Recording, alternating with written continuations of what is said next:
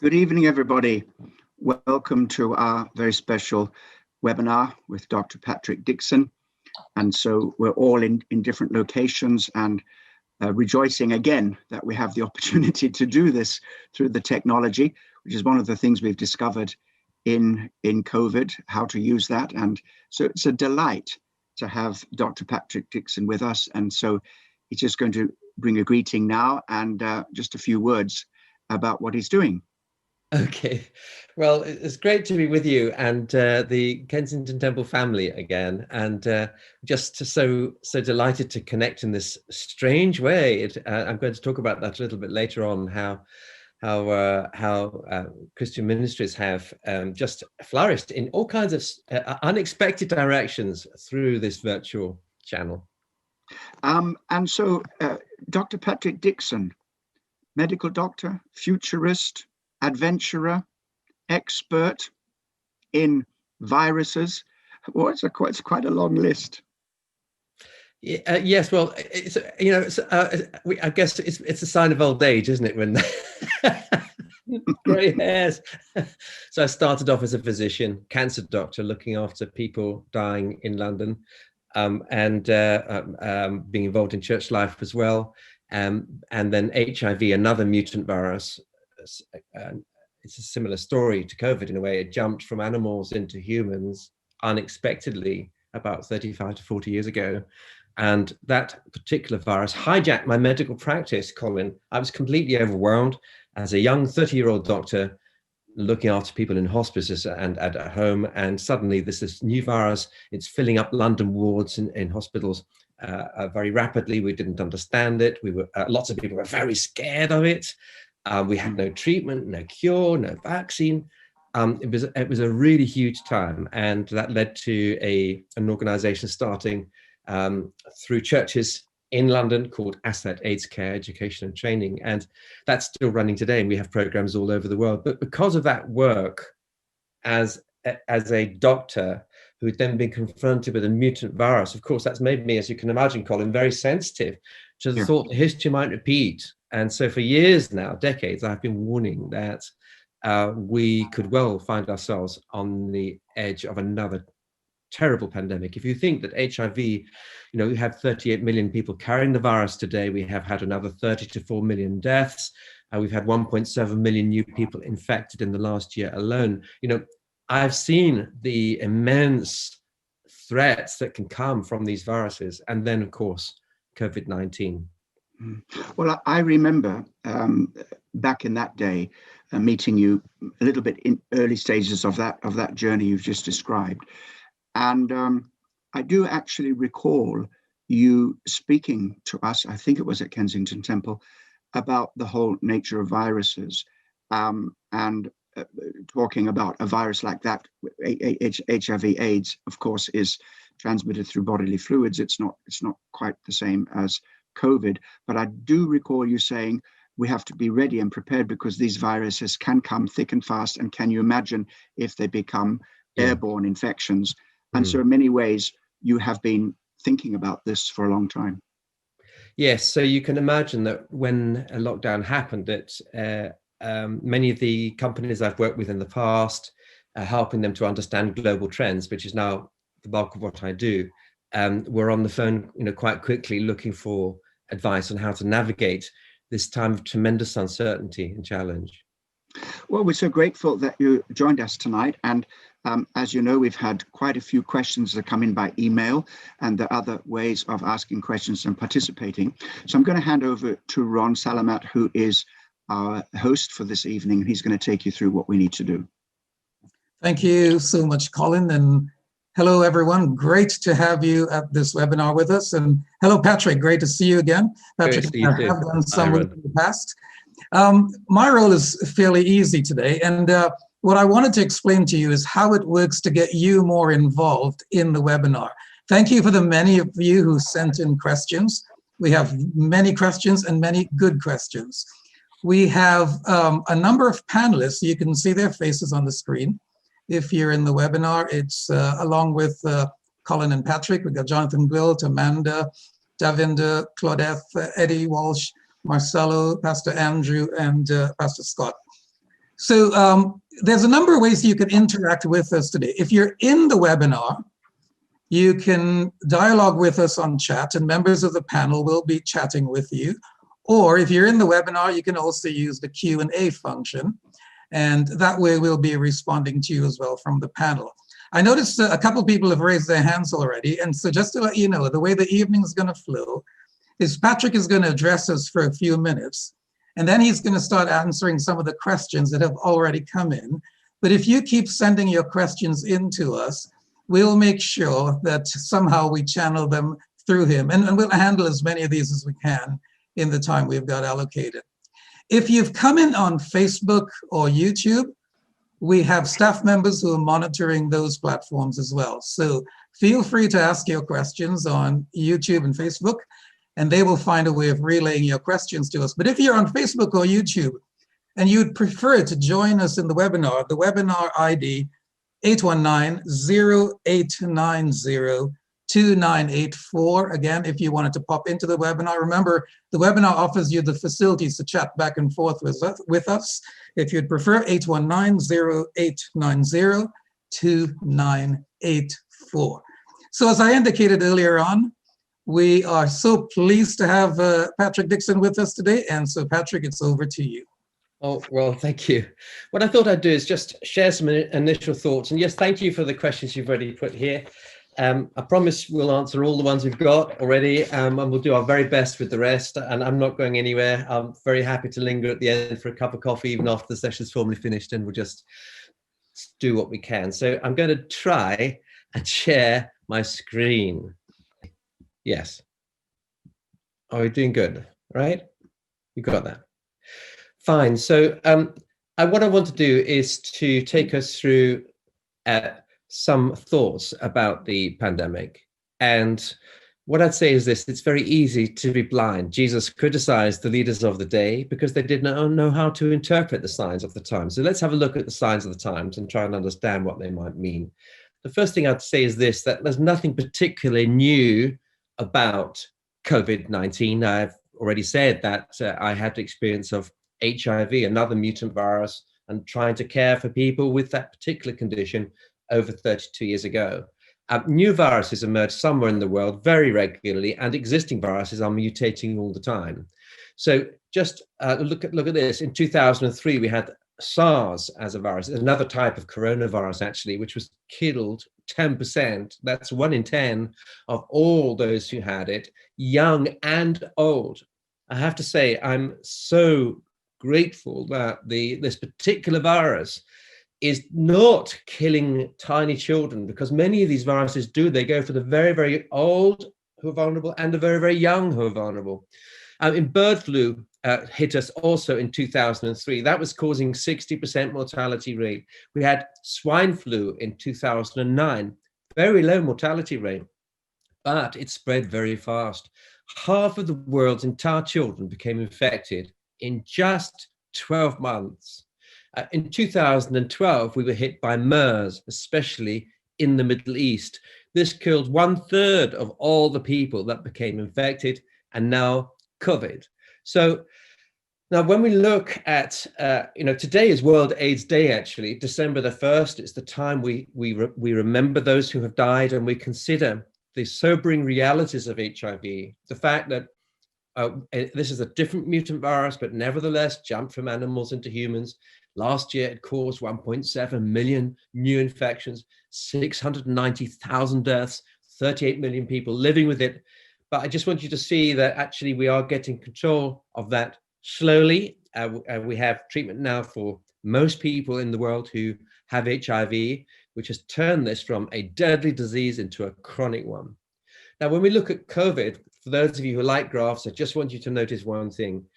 On the top is the global situation, the number of new cases each week, and you'll see that it was fairly flat from June all the way through to September, and then started to rise. If you look at the number of deaths, it's actually been relatively constant. The reason why that's important is that it actually spread more slowly than we expected. In London, during the fastest growth of the infection in, say, late March, early April, we were seeing cases double every 2 days. That is 2 days to go from 1 case to 1,000 in an area. 2 days to go from 1 to 2, 2 days from 2 to 4, 2 days from 4 to 8. The trouble is, after the 9th day, you have 500 cases. And then on the 10th day, you go to 1,000 cases. And in another 10 days after that, with 10 doublings, you go from 2, 4, 8, 16, 32, 64. It goes on climbing very quickly. And so if you have a doubling time of 2 days, then in 20 days, that's 10 doublings. So you go from 1 case to 1,000. And in another 20 days, in London's case, you go theoretically from 1,000 to 1,000,000. It spread so fast. And in many European countries, we saw a doubling time of around 4 days. Now that's compared to with HIV and AIDS. Back 30 years ago, we were seeing doubling times of a year in many parts of the world. So you can see this was spreading very fast. But in the UK, you'll see that we are seeing things come back down again with lockdown. So that's some good news. What's really interesting is that research has been coming through for some months now. For about 6 months, I've been following a story about common colds. We first started to see laboratory results suggesting that if you look at serum from people who have had common colds in the past, and these serum was sitting in the freezer, and scientists defrosted it to see whether the serum from people who'd had colds some years ago might also protect them against COVID-19 virus. And they found that in the laboratory, there seemed to be some protection to some degree in quite a few cases. And similar studies came out in Cell, in Nature, in other scientific publications.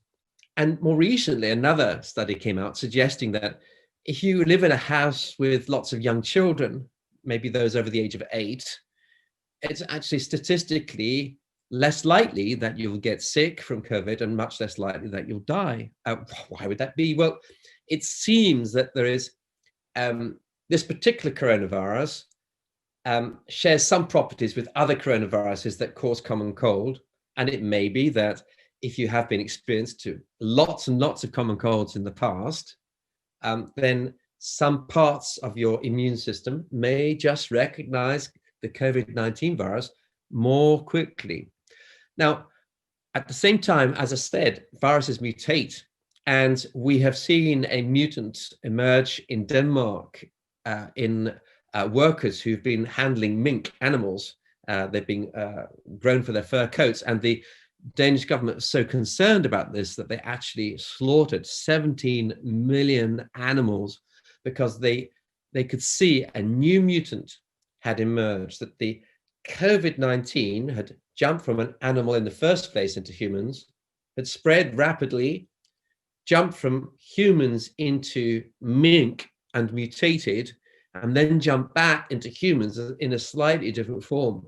And the worry is that you then have a sort of minked version of COVID, which hits you again. You get a human version of COVID, and then 3 weeks later, a mink version of COVID, because your human antibody, your antibodies against the human version don't necessarily give you very good protection against this other one. So that is a constant hazard for us.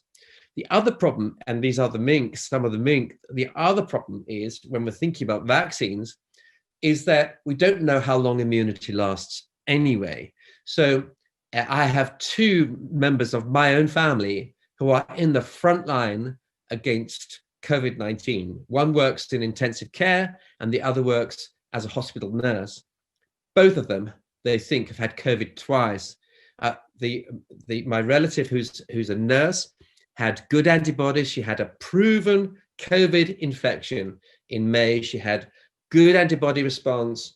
Her antibody levels remained high in June, July, August. By September, they were falling, and October, she's sick again. So that's the challenge. Many coronaviruses that cause common colds and things like that, they don't produce a long-lasting immunity. So when we get very excited about vaccines, if we are getting excited about them, we need to remember that if a vaccine gives you the same immune response as if you'd had COVID-19. It may simply mean that you've got 6 months protection, maybe not much more than that.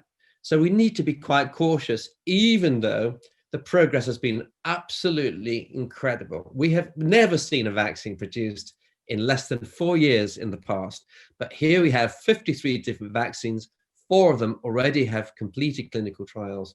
But as I say, we've got questions about how long immunity lasts. Now, what this really shows is that there's something very wrong with medical knowledge. You see, it was in the 1940s that Alexander Fleming discovered the first antibiotic, penicillin. And at that moment began a tremendous, exciting journey. It meant that if your son or daughter today has a bacterial meningitis or bacterial pneumonia, they will go to maybe a London teaching hospital, they get pumped full of antibiotics, and 3 or 4 days, they're completely better, they're cured, and home they go.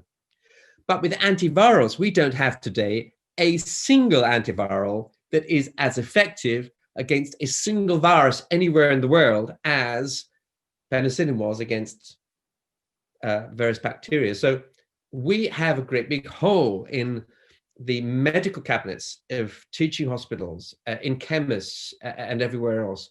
We desperately need much better antivirals, because we can't really allow our world to be held to ransom for a year or so every time a new mutant goes pandemic, because it takes such a colossal effort to develop a vaccine. We have to be locked down while we're doing it. It costs gigantic economic disruption. How much better it would be if a new virus emerges next year, you just go and get the equivalent of penicillin and people are cured. So that's a big area for medical research. But I want to turn to some thoughts about the wider impact, because I think it's very important. And as Christians, I hope this is encouraging to us, that in the midst of all the suffering we have seen and all the negative impacts on people's mental and emotional well-being, in the middle of all of that, we have seen in many countries an outpouring of public spiritedness, of a desire to help, of gratefulness for the small things of life, whether it's the setting of a sun, or watching the rain fall, or just being able to see a friend, even from a distance. Small things have really mattered. And I was excited, encouraged in the midst of all of this pain and much tragedy to see that over 1 million people volunteered to become supporters of the National Health Service in just 1 week, in just one country, the UK. How wonderful is that? And at the same time, the kind of things that people like Greta Thunberg have been talking about for a long time to do with climate change, or the protection of the environment, or plastics in the oceans. What has happened is that in many countries, people have become more thoughtful. They're thinking, actually, how do we live? And is this happening to us because somehow human beings have gone out of control? Should we be listening to what our planet is trying to tell us? Indeed, what our maker is telling us about life, about what really matters, about what's ultimately important. And, there was a survey done by the Guardian newspaper in partnership with Tear Fund. If you're watching from outside the UK, that's one of our main national newspapers, and Tear Fund is the 5th largest development agency in the country as an evangelical organization. And they did a poll together, and they discovered that 1/3 of all 18 to 35-year-olds had been watching online church services in the previous 6 weeks. Folks, think about it, 1/3. And it was similar figures for all the other age groups. And if you look at, say, the church below, which is the one where we're worshipping at the moment in Weymouth, and you'll see 139, 164, 178 views of a church service. Actually, that's been happening even though we've now started to have meetings in the church, for quiet prayer and things like that when we've been allowed to, and other things going on. But I could tell you that there are only 100 members of the church, So you only need 70 views for everyone to take part in a church service, because of course in some homes you have 2 or 3 or 4 people watching, and others maybe only 1. So if only 70 of those views there belong to us, then who are these others? And they are some of the people who are on this headline here. They are people who are dropping by from all over the world, from all walks of life, for all kinds of reasons. And why? Because something is happening to them. Their world has changed, and they are becoming more thoughtful about the environment, about volunteering, about how to build a better world, just thinking about their own futures.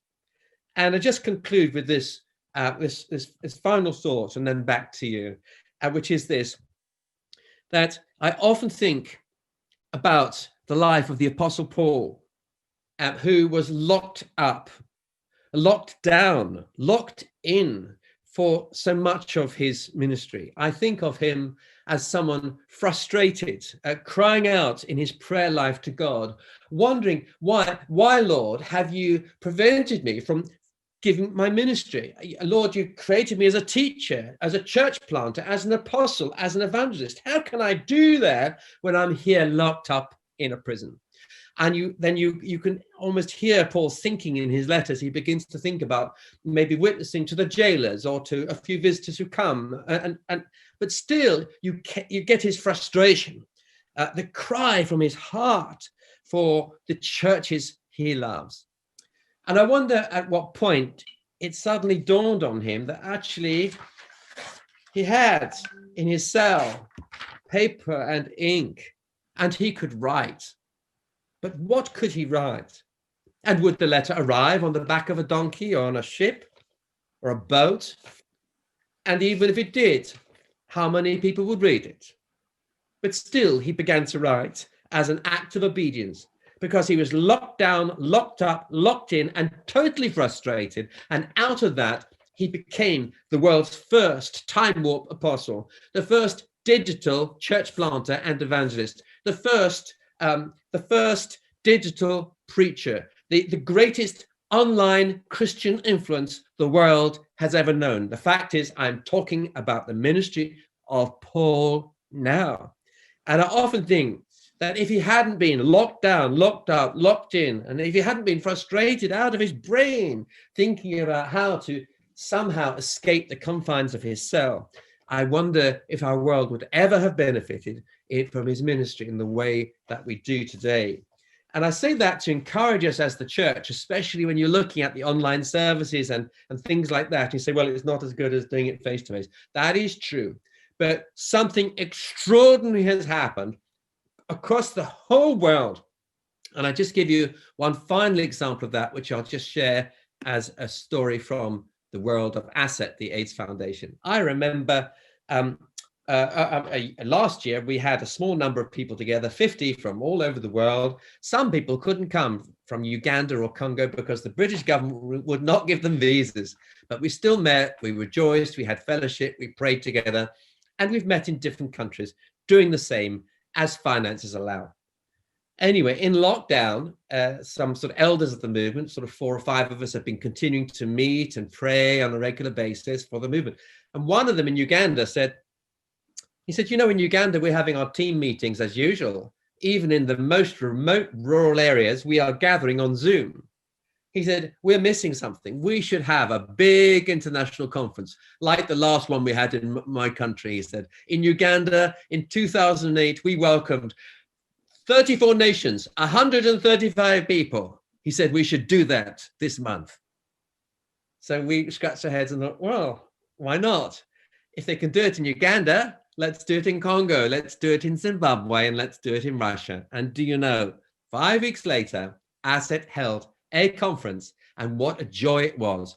Locked down, locked in, locked up, and frustrated out of our brains, there we were, 35 nations, 135 people. We were sharing best practice, sharing stories of encouragement. We were thinking through what COVID means to people who know how to fight viruses, because that's what ASSET has done for the last 32 years. What can we take from that ministry and help the world with now? We sang, we worshipped, We broke bread together, we prayed, and for 4 hours we had a taste, I believe, of heaven itself. What a joy it was that to be provoked by that brother in Uganda. And I often think about St. Paul. If St. Paul, not locked down, not locked in, we'd never have had his ministry. If we hadn't been locked up, we'd have never done that conference. You know what? Out of that, the country leaders said, let's pray every week. So we've then been meeting to pray every week. It's the highlight of my week, and for Sheila, my wife. On a Wednesday morning, for an hour, we have no idea who will turn up. But leaders from the movement from all over the world, it might be someone from the most rural part of Zimbabwe, another one from Thailand, or another one from Czech Republic or from Ukraine, but turning up. And even though we're virtual and we can't give each other a hug, we learn about each other's stories, we stand together and we pray together. I tell you, it has been life-changing. And so I just want to say, let's look through COVID. My first slide was life beyond COVID. My friends, there is life beyond COVID. So while I'm very happy to discuss 4,323 questions we already have, let's not lose the plot here. And let's consider why it is that we might have been locked down, locked up, and locked in, and make the very best, because all things work together for good for those who are called according to his purposes, as Paul has written. Okay, back to you. I don't know, Ron? Thank you very much, Patrick. Thank you for that wide-ranging introductory talk there. Now, yeah, we do have some decisions to make, because questions have come in, and there are three main areas that, as I see this. There is the etiology, the origin of the virus, yes. Exactly help us with how that happened. And there are those who say that it has been deliberately introduced into the population and it has been created in a laboratory. And then there is the actual ongoing question about viruses, which is more like prevention and dealing with the virus.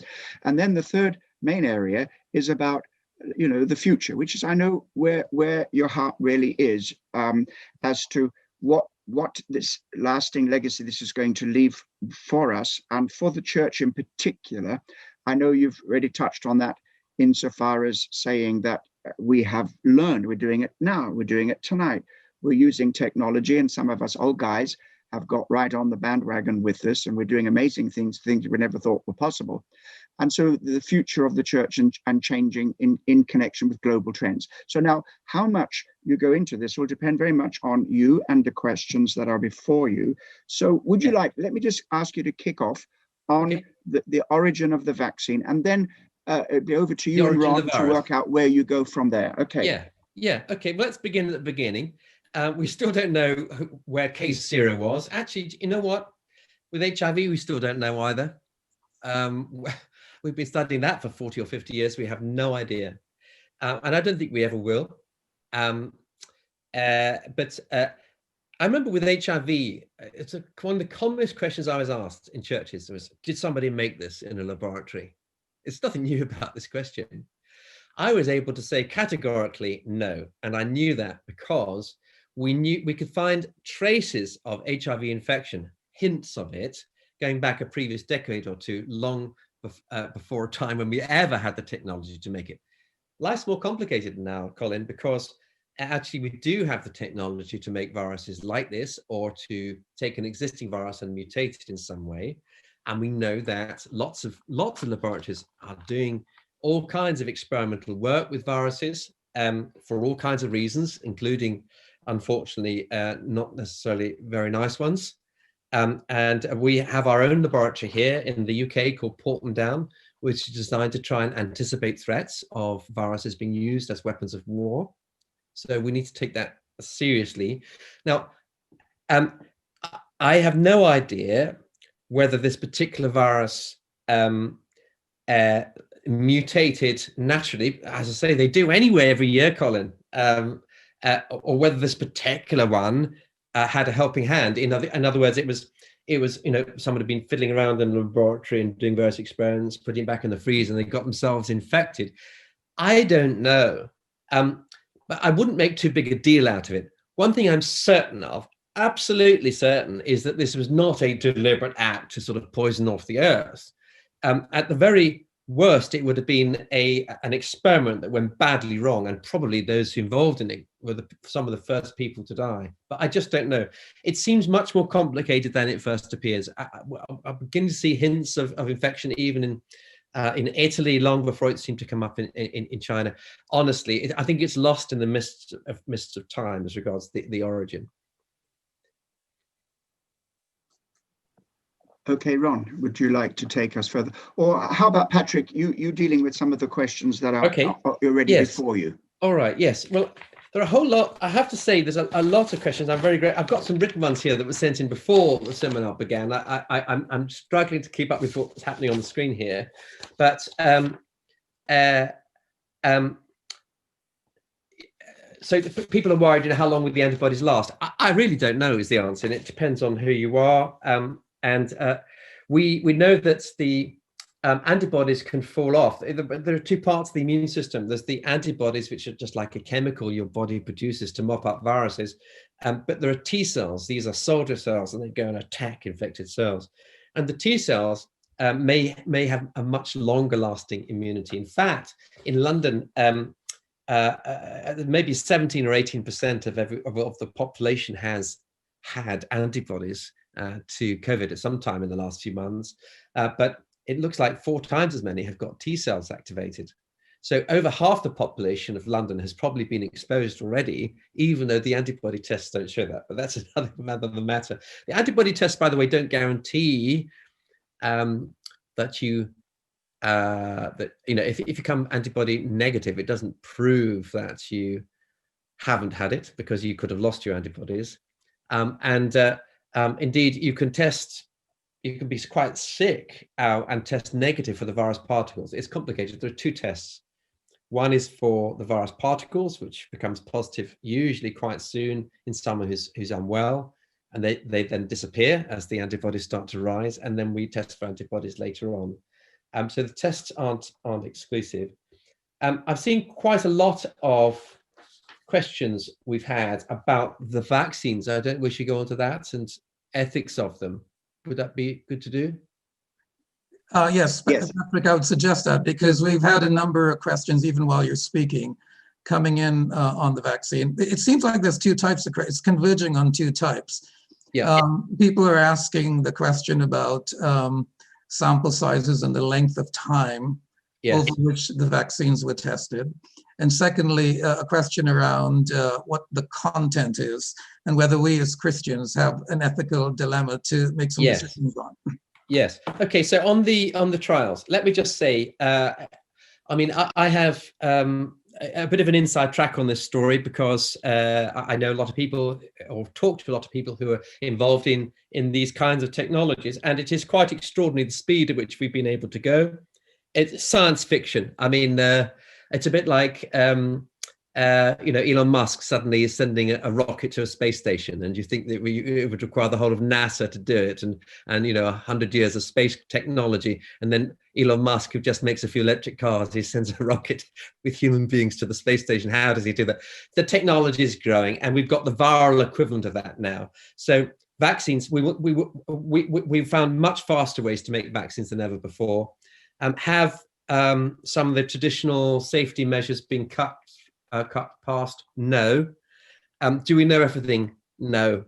Oral contraceptives, the pill, has been around since the 1960s. We're still debating some of its health impacts, because it takes you 40, 50 years to know, so the impact on osteoarthritis in women who are 85 years old, or the impact on Alzheimer's disease, and trying to correlate that with how many years someone was on a particular type of oral contraceptive. It could take 50 years to answer a question like that. And it will take 30 years maybe to know everything we need to know about the longer term safety of these vaccines. But I think we can be confident as we are about most new vaccines when they come, that this is a good thing. That some of these vaccines look very, very, very exciting in terms of the response levels. Now, as to the science and whether I personally would take them, okay, because that's a big test, isn't it? So as to the science, there are several ways to do this. One is, in the usual way, is you find a weakened version of the same virus, We did it with smallpox in the olden days. We didn't even have to do anything. I don't know if you know the story, but it was noticed that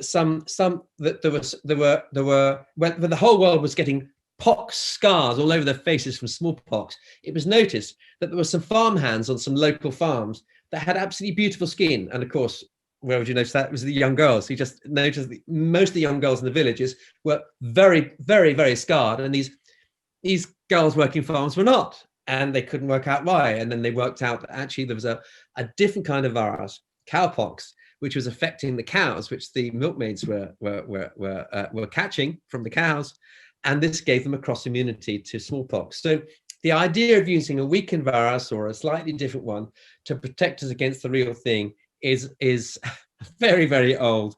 It's very effective, and that is what, in essence, the Oxford AstraZeneca project has been trying to do, is to create a virus that can't cause illness, can't make you sick, and make it in vast quantities very quickly, and give you just the virus particles in themselves, nothing else, just the virus particles, and make you immune.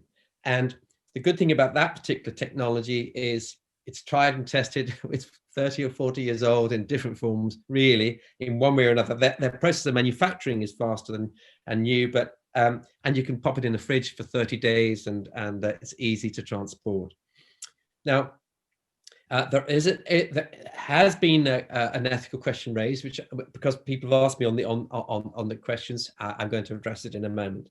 The other one is an example of it is the Pfizer one on Moderna, and this is clever stuff. This involves a tiny scrap of genetic code. It's not the same genes as inside the nucleus of your cells, okay, that gives you the brain of your cell. It's what they call a messenger RNA. It's a tiny fragment, which if it gets inside a cell for a short period of time, issues an instruction, and usually an instruction to make virus particles. And they've just changed it.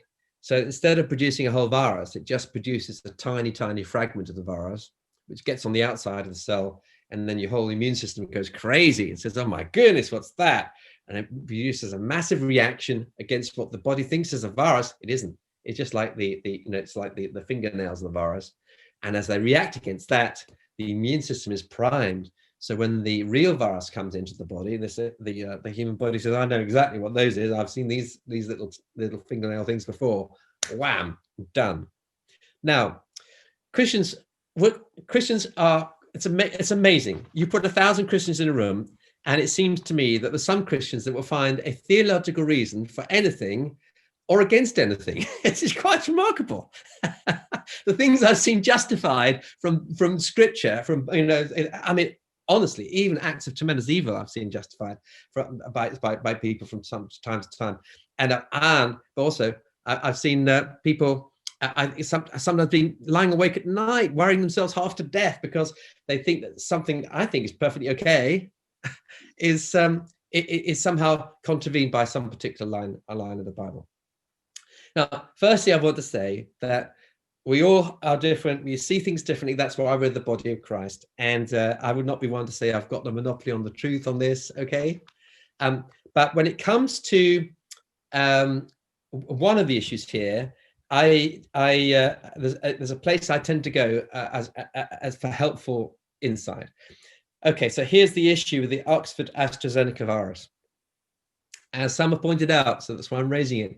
They said, are you aware that some fetal cells are used in the manufacturing of it? And so the answer to that is, yes, I am aware of that, but let me just explain what's happened here. What would be, I think, would be causing a massive problems every day of the week. The Pope would be making announcements on it. I mean, you can guarantee when it comes to pro-life and fetuses and embryos, the Catholic Church has traditionally been very vocal on these things. And they have a lot of theologians who wrestle all kinds of different medical, ethical issues to the ground. And what's interesting is the comparative silence on this, and this is the reason why. There are some embryo cells that have been used at some point. They were extracted, it seems, from one or two fetuses that that were destroyed, legally destroyed, but they were destroyed about 50 years ago. That's 50 years ago, or 60 years ago, a long time ago. Tiny numbers of cells were taken and popped in a chest tube and grown. And they were grown in such a way that the cells themselves changed character somewhat, so they became what we call is immortalized. They became a bit like yeast. If you think of yeast, you grow yeast in a fridge. You want to make some bread. You mix it up with the bread, and the reaction happens. But if you keep on feeding the yeast and keeping it in your fridge, that yeast could go on making bread for you for 100 years. So long as the cells are maintained and looked after. And that's what they are. They're very simple cells. They are some ways not particularly recognizable compared to the cells that they were originally in the cell line. And they've been grown. Sometimes you can freeze them and then defrost them and grow them again. But they've been grown basically for 50 to 60 years now. Now, this particular line of cells has been used, maybe Christians didn't realize this, but in many of the vaccines that members of your own family may have had in the past. It could be, measles vaccines, or all kinds of vaccines have been created in the same way. What's happened is that this line of cells has been infected with a virus, and they've been programmed to make virus particles which are defective. They can't make you sick, okay? And just like brewing beer in a vat with yeast, these cells have been fed, and you get a great big vat that's full of cells, and these cells have produced virus particles. The virus particles then strained off and are separated from the cells, and they're put in sterile solution. And what you're given is virus particles, but those virus particles have been grown in embryonic cells. That is, for many a Catholic bishop, has been a point of issue. So some Catholic bishops in Australia, for instance, wrote to the government, and they said, are you aware that there may be many different ways to make a vaccine? We are uncomfortable with this particular method, and we hope and pray that you will fund other methods. What happened before, you see, the thinking has been done a long time ago. The various sort of theological institutes within the Catholic Church, when faced with this question several years ago, came to the conclusion, it wasn't like a sort of, they didn't feel, actually the ethical issues they felt, and indeed the many evangelical theologians would feel the same, are perhaps more subtle than one might think. The argument has been that if fetal cells had been, there'd been a great hunger, a great desire to go off to abortion clinics and get fetal cells and experiment them. In the last 3 years, there's been a great frenzy of extracting fetuses, trying to get hold of fetuses.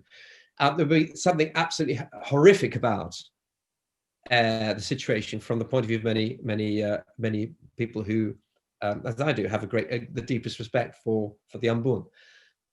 But given that this was a single act, that it happened 50 years ago, that act has already taken place. There's no further act that has an ethical issue attached to it. That act happened, and given that it's an act of injustice or whatever it is, whatever words you want to describe to it, an unethical act.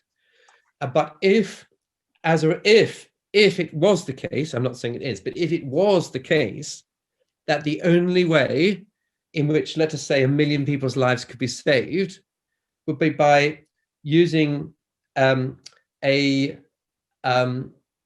redeeming in some way some positive outcome from that act, even if you think it should never have happened, then perhaps it would be morally justifiable.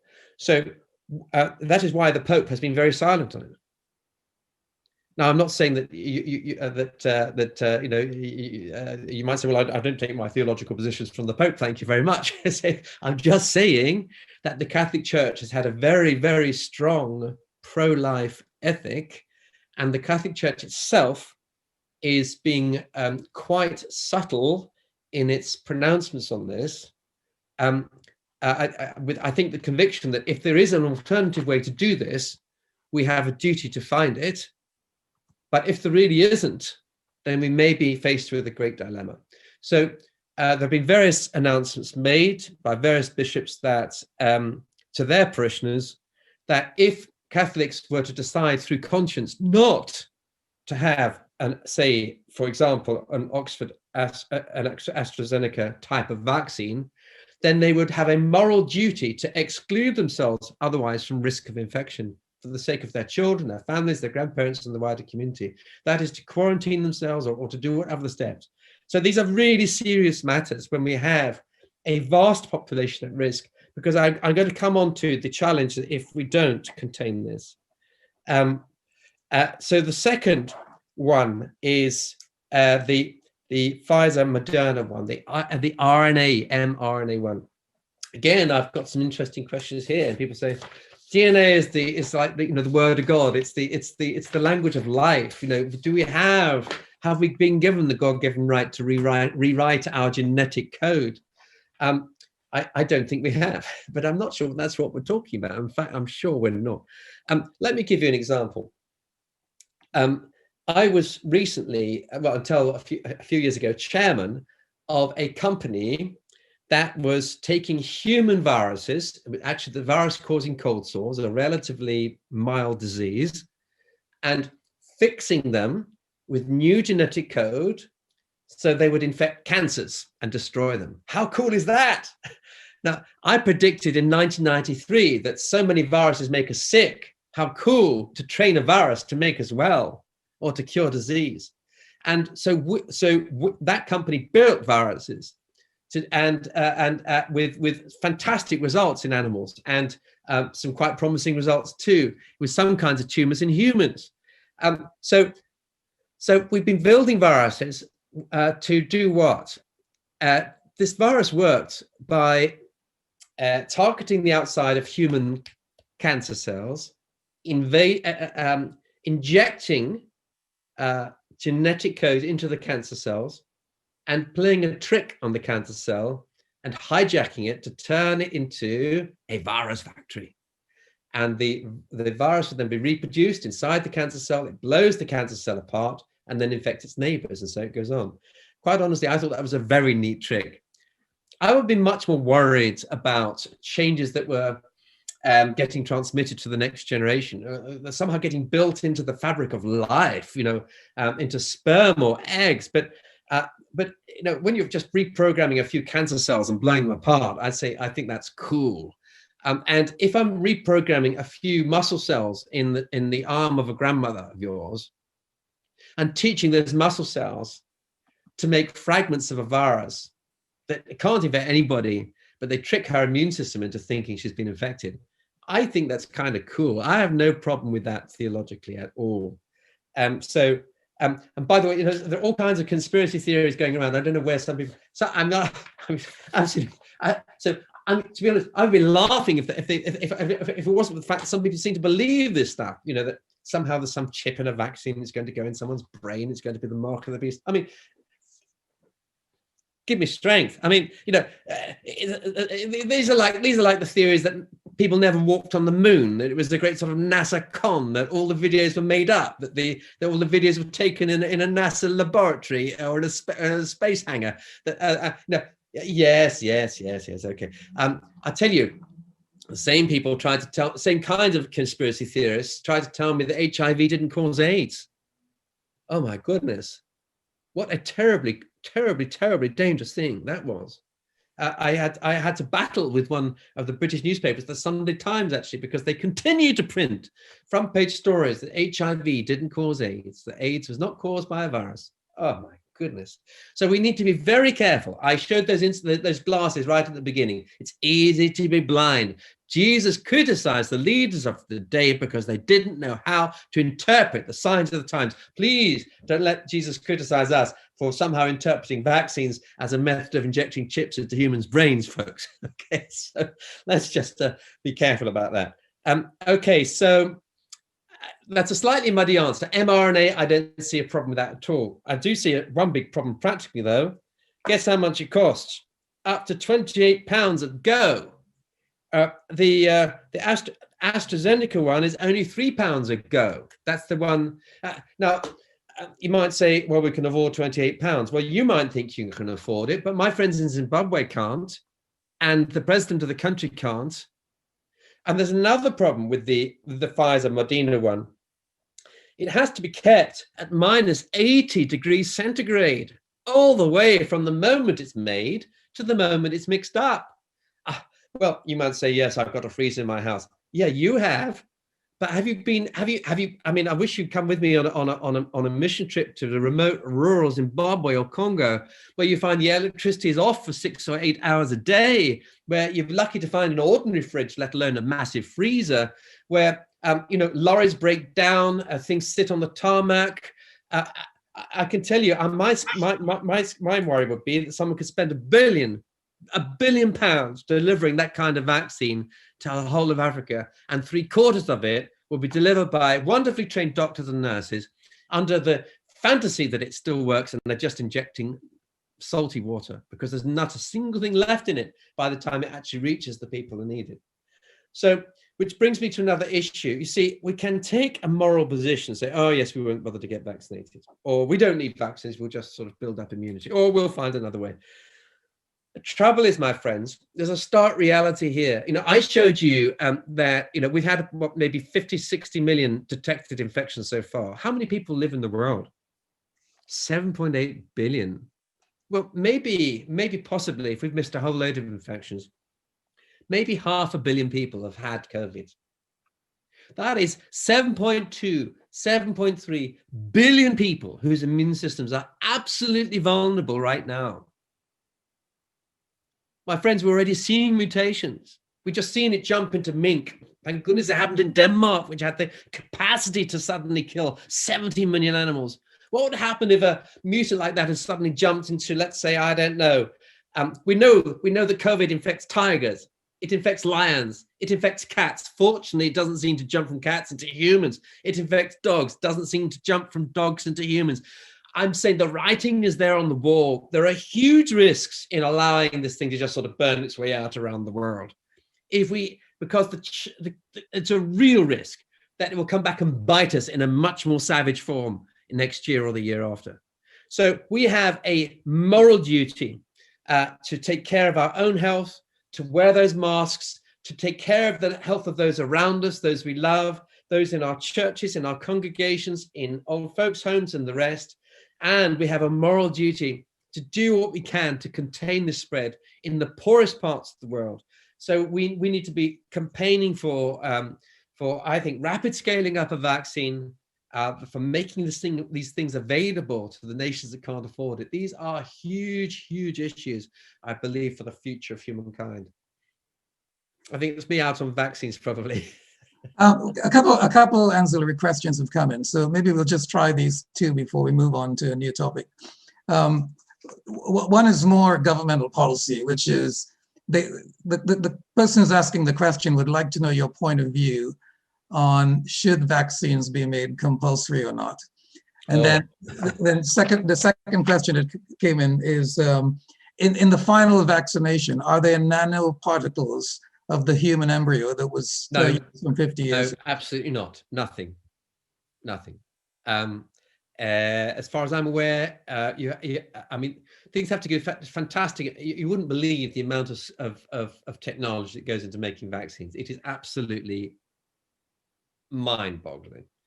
And the technology that's been used is 1,000 times more sophisticated than the technology that took human beings to the moon. That's the most amazing thing, So absolutely not. But on the first question, should we have compulsory? You see, again, Christians, we love doing this. See, every time we come up to a moral answer, we say we should, make it illegal. You see, anything we don't agree with, we make it illegal. Anything we think should have to happen, we make it forced on everybody. It's the law. You've got to do it.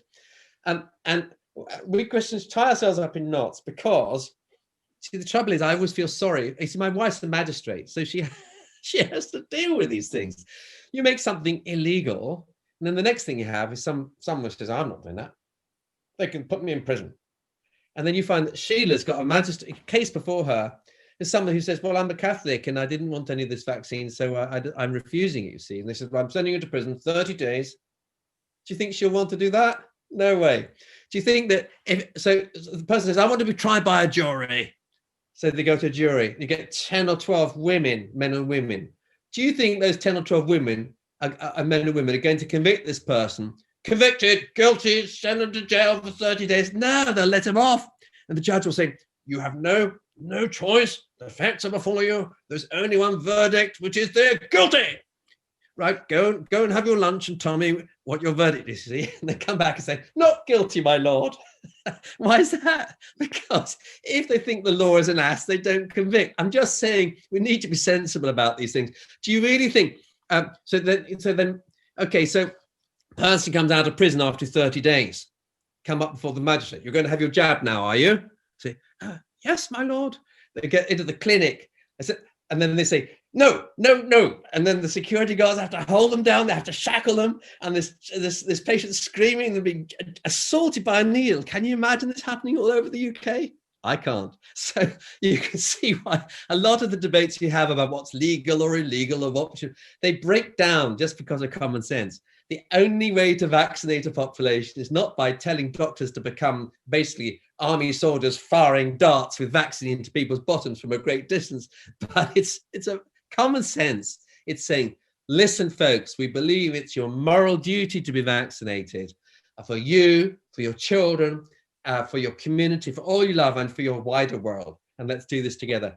And you don't need everybody to do it. 2/3, I'd be very happy with. So that's on the legal side. What was the other one? Yeah, those are the additional questions that came in on the vaccine. Okay. But maybe somewhat related, Patrick, but someone asked a slightly wider question of you as a Christian. The question was more around, not just with the vaccine, but in general, with our response to what's happened in the last 7 or 8 months around COVID. The question was, have we come to the end of democracy, and what hope does the church have to influence when the approach by everyone else seems to be just survival? Yes, I read this question. It's a very thoughtful one, and I thank you. I'm just initials K and A. I thank you for sending it in. Firstly, on democracy, we do live in strange times, and our world is thinking strange thoughts. And I think that our world has become more polarized, more extreme, more emotional in lockdown. It has done strange things. I had 1,000 doctors and nurses on a call the other day, just like this. And I could see them all in batches of 50. And I said, wave your hands to me if you are more emotional at the moment in lockdown and or everything's happening. And 70 to 80% said yes. COVID has made us caricatures, more colorful versions of what we really are normally. And yes, this has affected democracy. But I would say this, that I don't know where the questioner lives, but in my country, I'm so glad to live in the UK, because I believe we have a democracy that is working.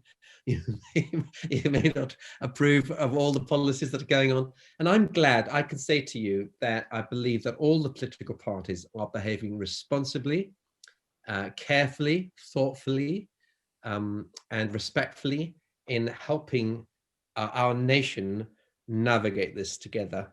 And in the United States, we've had one of the most polarized and bizarre elections that has ever taken place in the nation's history, because it's not been based on fact. It's been based on a whole loads of other stuff that people believe, but that seems quite often to be disconnected from some of the realities that are going on. And we can debate the reasons for that, but I'll just say this: an election did take place. The voting seemed to happen in a clear way. There's been a vetting of it, and there has been a result, and there will be a government that has been elected by a majority of the people in that nation. I think of other areas of the world which have become more autocratic or have the outward appearance of democracy, but not the function of it. And I think of our dear brothers and sisters in countries like Belarus at the moment, a nation that is really struggling. And if you don't know what's going on there, I was search on Twitter on Belarus and just have a look at what's happening there, and look at big news feeds like CNN and BBC. So we have had a democracy that's been contested in a similar way to President Trump contesting, but refusing to, as a democracy, a supposed democracy, but actually the voting process itself appeared to be manifestly and grossly corrupt. And the result of that election, contested by just about most of the governments of the world, as far as I can see, but violence on the streets against passively protesting individuals, and that's been going on for over 100 days. We have other nations that have become more autocratic versions of their own democracies, like Turkey. So yes, that's true, but actually democracy continues to have a great future. What hope has the church to make its influence felt in a world that seems to be concerned only for its own survival? Actually, I think I've given my own answer to that. Yes, it's true that a lot of people, we saw this, people buying loo paper and to hell with everybody else type thing, but actually we've seen 100 trillion tiny acts of human kindness in the UK alone, on a daily basis, day by day, the little things that have helped the world go round and help people understand that there is more to life than a virus. And I thank God for that. And I believe that the church has a huge amount to say to that, and indeed has been a great engine for it and a great stimulus of it. I had another part of this question, actually, which I think I've also answered a bit wrong, which is, how can the church claw back the authority delegated to it by our Lord Jesus Christ? Well, I was thinking about that before the call began, and I was thinking, well, do we mean authority over personal lives? Do we mean state authority? For the church to claw back authority, it implies that, we're back to laws again. How can we make sure that the laws are the right ones in our nation? But as I've said, the law is a very blunt instrument with which to regulate things, actually, whether it's sexual behavior in the bedroom, or it's not an ideal tool for many things that actually need to come from the heart. It's hard to legislate for human kindness. It's easier to legislate for cruelty, against cruelty, than to legislate for kindness. And the church, I believe, will find its authority grows life by life, conversion by conversion, disciple by disciple. We are the salt of the earth. We are the light of the world, and the darker the world, the brighter the light. And you only need one tiny match ignited in a cave, and it blinds everyone with the light. We are salt. You don't need much to salt the whole world. And I won't go any further on that, but I can give you many examples. I tell you this, let me tell you a secret, that the chairman of many of the largest corporations in the world lie awake at night before annual general meetings of their shareholders. And they're not lying awake at night because of the institutions or the pension funds who own 70% of their shares. They lie awake at night because they fear some 28-year-old postgraduate student is going to turn up at the shareholder meeting, having bought one share for £11, and ask one single question, which is so incredibly embarrassing that it makes a headline almost instantly and goes viral. And if you're a shoe manufacturer, it's probably please can you comment how many other factories there are like the one that I'm going to name now. On this piece of paper, I have photographs of children working in this factory. There are 3 of those children outside. They would like to meet you. In fact, I'm coming down. Yes, would you bring them now? These children are working in your factories. I flew them in for this meeting. Would you like to meet them, Mr. Chairman? Would you like to tell us how many other children are working in the rest? I tell you this, you don't need many Christians to help change the world. Really.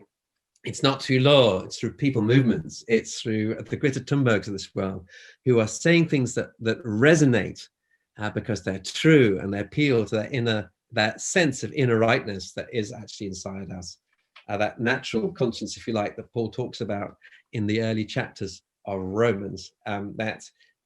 Because we somehow, we are fallen creatures, but we were made in the image of God, and there is things that are true and right and noble. They resonate, and that's what I found over and over again in the media and things like that. When you say things that people think, you know what, he's right. It's right. And he's right. And what's more, it's good. and that I believe has greater moral force in terms of church influence than passing any number of draconian laws, forcing people to attend church on a Sunday or forcing them to remain married even when they want to kill each other. That's what I'm praying for. It's people movements of faith that will transform whole societies one life at a time. So maybe, thank you for that, Patrick. Maybe somewhat related. What's your point of view? Is this the Great Reset? I think you saw this in your questions that came to you before. Yeah, I did. Yeah. If someone could explain to you what the Great Reset is, I could answer the question. What is the Great Reset, Ron? I'm not sure what the person is asking, but I guess what they're, if I can put it in my own words, what they're saying is this where we are restarting all over again in a new environment? Yes. As Christians, totally new fight. Is this it? Is this it? Is this like? Well, yes and no. I don't know whether this is good news or bad news. It depends on people's perspectives. Some people think, oh, this is the end times. Okay, I'll come back to that one. Okay. We live in Weymouth now, and outside my window, I can see the harbour. When we love the sea, I can see the harbour. And I can tell you, in that harbour, I think it was in 1400 something, there'll be some historian who tells me I've got the date wrong, but the plague came in to the UK, and half the population of Weymouth died. And we thought it was originally a quarter of the UK population, but scientists now think it was half the UK's entire population died because of the plague. So there's nothing, and when that happened, you can imagine how many people thought it was the end times. So I'm saying that plagues, these are nothing new. This is actually quite a mild one compared to some. I've talked about AIDS. Was AIDS the end times? No. There've been lots of earthquakes recently. Does that mean it's the end times? I'm not sure. I think it's easy to say. All I know is that the Bible teaches us to value every day. Jesus says, "Don't worry about tomorrow. Tomorrow's got enough problems of its own." I said, "Don't be anxious," but there's a sense in which we are here for now. We need to give account for each day of our lives. And I see so many Christians are so caught up with what might be going to happen. Yeah, it's fine to be a futurist. I'm a futurist. I make a living out of making predictions about trends. But when it's sort of, well, you know what, we can get to all kinds of positions. Like, we don't need to worry about plastic in the oceans. So, well, why is that? Well, plastic I know it won't break down for a million years, but who cares? I mean, the Lord's coming back in 30. Okay, well, you better be sure. Sorry, Patrick, I'm going to bring one of our panelists, Michelle, okay, because she's just dropped us a note here. The Great Reset is actually a report that earlier on this year. And Michelle, maybe you could just summarize really briefly. Yeah, it's a proposal by the World Economic Forum to rebuild the economy sustainably following COVID-19 pandemic. It was unveiled in May by Prince Charles and the World Economic Forum.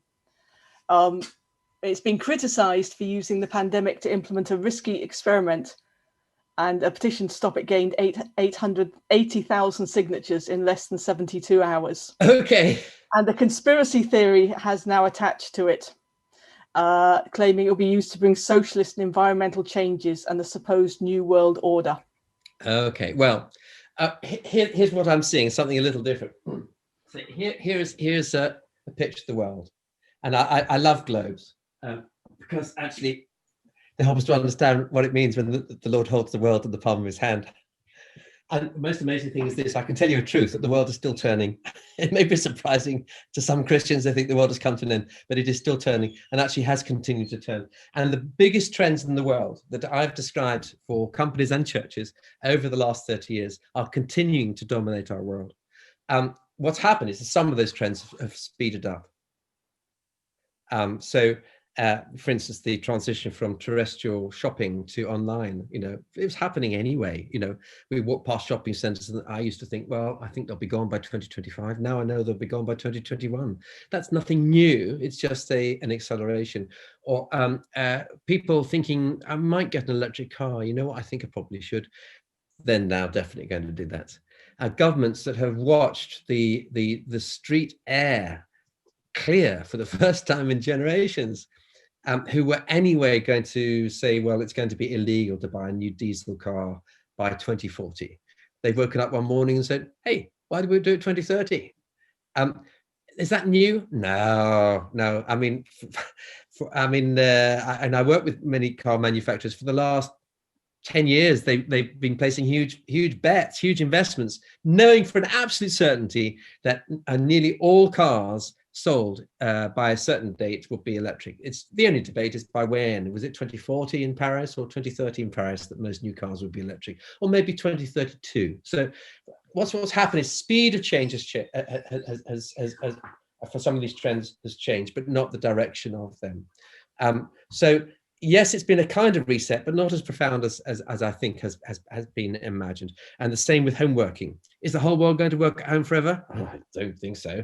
I should think some people on this call are absolutely thrilled at the thought of being able to get out of their homes and go back into an office, because some people on this call may well have young children at home. They've been trying to do Zoom calls in their bedroom during the day, and then they worry they can't sleep at night because the bed has never cooled down. It was hot during the night, it was hot during the day because it was lying in bed doing all their work, because it's the only place in the house they could do their work. We need to be realistic that human beings are still human beings.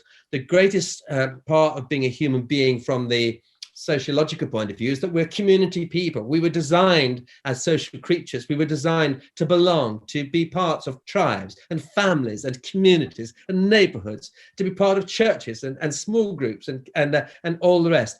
And of course, COVID has robbed us of much of that. Have we had a reset so we don't need each other anymore? No, we still need to gather. We are programmed to gather. We have this instinctive desire to be together, whether it's in football stadiums or in celebration events to worship the Lord Jesus Christ. These things endure. So I would say that I think the world will be less changed than many imagine in the longer term, but we will get to a number of trends. Will progress much more quickly. Thank you, Patrick. Let me just come in on here and take a little time check. We've got about 5 or 10 minutes left on this session, so I'll ask you to focus on the stuff that remains to be done, and then Patrick, once we have finished the live stream, Patrick will be available in the Zoom room for a little while longer for further chat. But I wanted to come in on this because we're doing a lot of work right now, as you can imagine. One of the national leaders of Elam, and we've been discussing this at national level, also local church level, thinking about what are the implications for what we've seen and experienced in a positive way, the positive sides of it as well. What are those implications for future life in church? Now, some of the things that you pointed out earlier was that there's been far more engagement, online engagement, and the reach has extended. There's been a tremendous release of believers who are caring for other believers and people doing the community work. Some of the million people that volunteered for the NHS, the Ministry of Distribution of Food has become much more pronounced. People taking care of each other, our cell groups, we're a thoroughgoing cell church, the care, the lay leadership, all those things are positive. The use of technology, where we realize now we're quite ridiculous in expecting everybody to be at every meeting, even the more management type meetings in person and so on. We could never have done this as easily we did without technologies, all those positives. So just as anything else that you think would be useful for us to put into the mix as we reconsider life after COVID and how we take the church forward? Yeah, well, I think there's going to be a great hunger to gather, actually. I think on the rebound, I think people might have thought to themselves, if there was a local football stadium that was booked for a big, great big celebration, would I have gone? Well, after COVID, I will. just to shout in the face of COVID and say, there, you didn't get us after all. And just to celebrate this newfound freedom. I think we will see quite a lot of things happen on the rebound like that. Yes, of course, there'll be casualties along the way. People got out of the habit of meeting together with believers, but there will also be others. You know, our own church, we have welcomed a significant number of new members during COVID, during lockdown. We've never met them, but they're dying to meet us. They're joining home groups virtually. They're local people. They've just moved into the area. So one of the things I think we will become is more distance agnostic. What do I mean by that? It's a bit in the past, our ministries were so limited to how far you could drive to a meeting, really. And if you're going to go green, then how far you walk or bike. But with this Zoom technology and other platforms like it, we realize actually that what blessings there are to transcend a city boundary or even a national one. I mean, the ability to just zone in ministers from all around the world into a meeting is just sensational. And to think we've had these tools, but we never use them. And so many of my corporate clients have completely rethought how they're going to do teams in the future. And they just, because they've had all these tools and never bothered to use them. And I think, as you say yourself, it's going to be the same with church leaders as well. For instance, to say, I know there's 3 of us have got to come up from Southampton and 1 down from Nottingham, but why can't they join us by Zoom tomorrow? And the rest of us will just meet in the church office. We'll see a lot more of that, I think. So it'd be very interesting. But I think the physicality is going to continue to be very, very important. Hospitality. Okay. Yeah, I think that's fantastic. Okay, so I'll go off now, and Ron, just take through any final questions, and at 7:30 we will finish the live stream and just go on briefly with and I'm happy to linger if there's a couple of people who want to chat. If it's 100, that's fine. Okay, thank you. All right, Ron, over to you. Thank you. Thank you for inviting me. Absolute pleasure. And many of all your ministry. Yeah, many of the questions are related to some of the things you've spoken about before, but someone's just asking for a little bit more on your point of view on the Bill Gates microchip containing the vaccine implant. I know you touched on that before, but it'd be good to again hear from you on that. Okay. And then, yeah, go ahead. Yeah, well, just say on the microchip implant, you know, I don't know who dreams these things up. I really don't. But in our social media world, things rapidly become fixed into people's minds. And as I said, back when HIV started, it was all came out of I don't know, some Soviet laboratory, and it was all a deliberate attempt to wipe out humankind or something. I mean, it's just, all I can tell you is that, but you see, the trouble is, once a conspiracy, it's all about trust, or rather lack of it. You see, if people don't trust people in government, and they don't trust chief medical officers, and they don't trust the doctors in the hospital, and they don't trust their GP, and they don't trust their church leaders, then actually I'm probably going to waste my time trying to answer this question, because why should they trust me? But all I can say is, all I can say is, I can absolutely guarantee to you that it would be impossible. I mean, I wish it was that easy. I really do, because then we could program people for human goodness. All we do is give them a vaccine, then we could treat their brains and they say, hello, good morning. When they want to kill someone, they say, hello, good morning. And they do a nice, give them a nice hug instead of throttling them. You know, I wish it was that easy. Honestly, I really do. I'm joking, of course, but it just isn't. We don't have the tech. You know, I can tell you, we are able to implant chips inside people's heads. 500,000 have them inside their heads at the moment. 450,000 are connected to the hearing nerve, and it's restored their hearing. Okay, it's a little device. It's connected to a microphone, and it broadcasts radio waves to hear, and it stimulates the nerve. And a friend of mine, it's amazing. She said, I had it done. I was completely deaf all my life. I got this little thing in, and suddenly no one told me that the lift goes ting. When it comes to walk, it goes ting. Isn't that clever? And it's amazing to hear for the first time. Now, please don't tell me that's the mark of the beast. You know, that's not even a chip in the brain. 50,000 people have chips in their brain worldwide, but they are because they have had terrible accidents. Their necks are completely broken, they're paralyzed, and the chips enable them to think. They can find a way to communicate with that chip. It's a very primitive thing, but and it means the light turns off and they can go to sleep, or it means that they can summon some help or something like that. I think that's a jolly good thing. I tell you, the amount of technology required to put a single chip inside someone's head who's paralyzed from the neck down. I mean, you're talking about, you know, £20,000 operation. You're talking about massive issues. The thought if someone just being able to inject into your body and all of a sudden it happens, it's unbelievable. It's impossible. There are no chips inside these things. They would be visible if they were. These samples have to be strained. The pass-through filter, the vaccine fluid is pass-through filters anyway. It's absolute no. It is not true. But of course, those who don't believe me, well, I don't know where to go now. I don't know who to recommend to see. Okay, thank you. And I'll take a final question here. And then remember, as Colin said, if you have further questions and you'd like to dialogue with Patrick for a little bit longer, we're here at the end of the webinar. So by all means, stay in here. We can chat a little bit more. But I've scanned the questions and more or less we've hit most of it.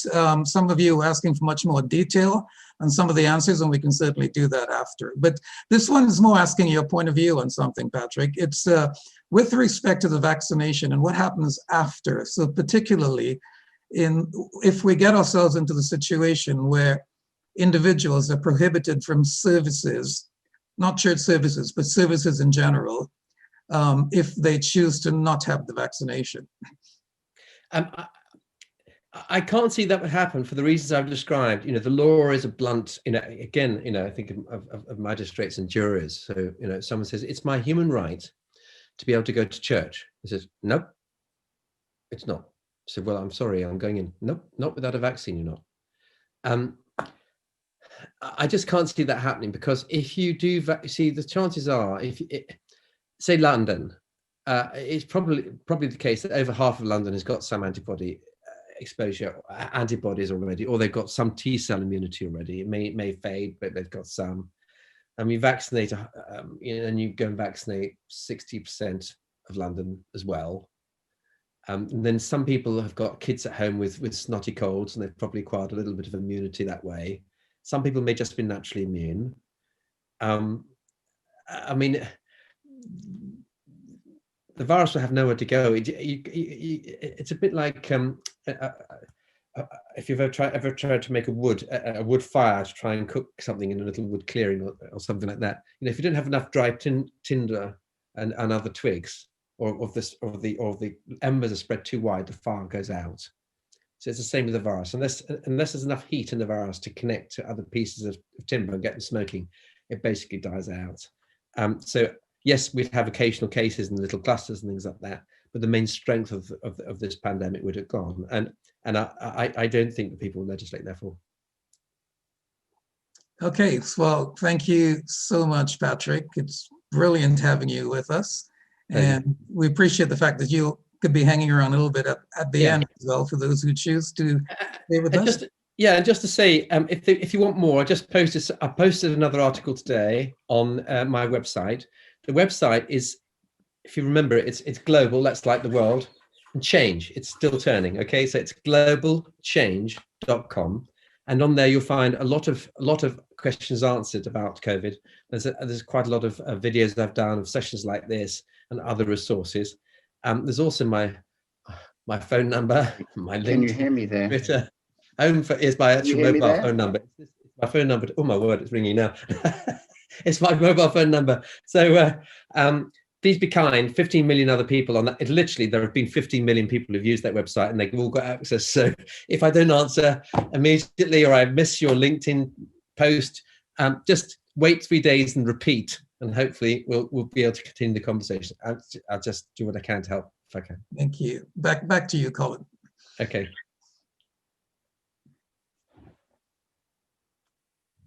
Muted. You're muted. You're Colin. muted, Colin. We can't hear you. Sorry. Oh, that had to happen. Yes, I muted myself. That had to I'm glad happen. it's not just me that had the technology. Anyway, yeah. So thank you so much, Patrick. You've done an amazing job of taking us over so much territory tonight. I just, before we say goodbye to those watching on live stream, and we'll continue in the Zoom room for a while, but have you any idea, from your point of view, when we're going to be back to normal? And I mean normal, in other words, all the restrictions will be lifted, and would you see anything happening there? Would it be just like small communities being locked down, or there seems to be saying that by Easter, early summer, this will all be over? What do you think? I think when the summer months come, you remember how we had an amazingly normally feeling type of summer, really, if you think about it. And that's partly weather, I think. There's lots of things that happen with sunlight that we don't understand. So, Colin, I think that by the time we get to May, June, even if the world hasn't got quite normal, the summer months will really help us. The big test will be where we are in September next year. But I would hope that by then, there'll be enough people vaccinated and we'll have got on top of it. We won't have a world without COVID, but I believe we'll be much more back to normal. The things that will take more time, I think, will be probably things like flying in big jets, cruise ships, big football matches. Not just a question of regulation, but a question of trust. You know, you think how worried people are about there might be chips in the vaccine. Well, that is not actually a particularly rational fear, but it is a very rational fear to think that actually there could be in a football stadium, there might be a super spreader or two next June, and maybe I'll give the match a miss. So I think we will see people being more cautious. It's so weird. I used to fly in planes maybe 50 times a year. That doesn't sound very green, but it's my job. But you know, I said to Sheila yesterday, I can hardly even get my head around the thought of getting on a train to an airport. You know, there's going to need to be a certain amount of psychological readjustment. It's not just a question of whether we can, it's a question of whether we will feel like it. Yeah, well, that's for sure. Okay, so at this point, we're going to say goodbye to those who are watching us on live stream. There will be a version of this that we will release on KTTV, just on normal platforms. So those of you who, and many people are watching live stream, would have loved to spend more time with you. But anyway, we'll be back to this a little later. But for now, how do we get onto the Zoom call? Well, how does this happen? Do we sort of drop automatically in, or do we have to press a knob on our screens? No, I think you just stay there, Patrick, okay. and they will come into you just All as we are. Okay, so yeah, this is fun. This is great fun. So anyway, thank you very much for those who are watching on the live stream, and we'll say goodbye to you, and we'll continue in the Zoom room. Thank you. Okay, God bless. Thank you, Colin. So panelists, if you can just help me keep our eyes on the chat as well as the Q&A, and we'll highlight it. But panelists, this is your opportunity where you can ask a question directly of Patrick as well. But Patrick, I'll start the ball rolling because someone's asked an ancillary question to the very last question about the future of vaccines. They said they were referring more to things or situations like airlines preventing you from flying if you didn't take a vaccine. So they were more asking, I guess it's an opinion, you know, where do we see this all going? Is this going to be right? Is this going to be a new way of life? What do you think? Well, I've been saying for a long time, you know, that I think that it's already happening, that people are saying, you know, if you come and have a cruise with us, we will pay for your free test, you know, because you're paying £1,000 for your cruise. So of course they're going to give you a £20 free test. And I can quite see that might extend. And they say, actually, no, things have to change a bit here. But no, I can imagine everything gets privatized, doesn't it? I can imagine that in some countries, it might be that there are two methods of getting a vaccine. Because health services like that in most of the world. You get a vaccine if you're lucky through the public health service, or you get a vaccine because you've got some money and you're going to pay for it, or your insurer pays for it, or your company buys it for you. And I can quite see that you could have a situation where in some countries, let's say in 6 to 8 months' time, when the whole population has not yet been vaccinated because there is no health budget, what's happening is they're saying, if you're not a priority group, then you have to pay for your own. And they say, well, I haven't got enough money. And then they want to go on holiday somewhere out of the holiday budget. And they say, oh, you want to fly to Greece, do you? Well, we'll vaccinate you. And then we'll take you on our holiday. Because you don't like to take people who haven't been vaccinated, you see.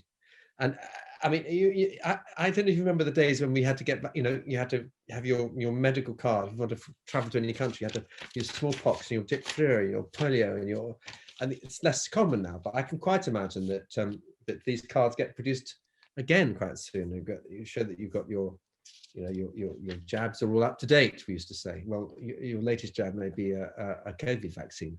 Your jabs being up to date means you've got a COVID vaccine done in the last 9 months. I can see it. I also see, by the way, that one of the biggest areas for growth of crime, organized crime, is going to be theft of vaccine. Because can you imagine the black market value of 1 million doses of vaccine in a country where you can't get it? My word. So actually, we had a phone call to our church here saying, we've got a nice church building. This is from a GP practice. So would you mind can we use the church to do vaccine program? It's starting mid-December. We said, sure. Then we got a phone call saying, I'm not sure it's secure enough. So yes, I think there will be a widespread availability of private access to testing and vaccines within a year. Okay, anyone else? I mean, I'll ask another question then, if others are just thinking about it still.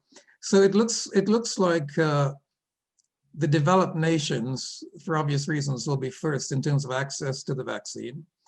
And supply and demand says that it's going to be a while before everyone has everything they need. But there's a possibility here in this next 6 to 12 months that some of the underdeveloped countries could get left behind. And there's a major impact with that kind of strategy, isn't it? Could you comment on that? I think it's an issue that's really dear to my heart. And I think it's one of the most troubling issues of our age, that 1% of the world owns 50% of the world's wealth. And if you're watching this call today and you have running water in your house that comes from a tap that's piped in and it's chlorinated, then you're already probably in the 1%. This is the incredible thing. Sometimes we forget how privileged we are. And so much of the world has struggles with food, let alone, I'm not saying some people don't in the UK as well, but struggling for just the basics of life. And in such countries, they can't afford to pay the taxes to the government for them to provide them with healthcare. And most of the population may be in such a situation. So it's the greatest moral issue of our day, I believe, this inequality. It is unsustainable. I plotted it forward. I think it's quite likely that by 2050, 60% of the world's wealth could be owned by 1%. In history terms, I don't know of societies that have survived without revolution when you get up to such contrasts. So our world is in for a very unhappy future unless this issue is dealt with. I'm not speaking as a socialist here. I'm just speaking as someone who knows history and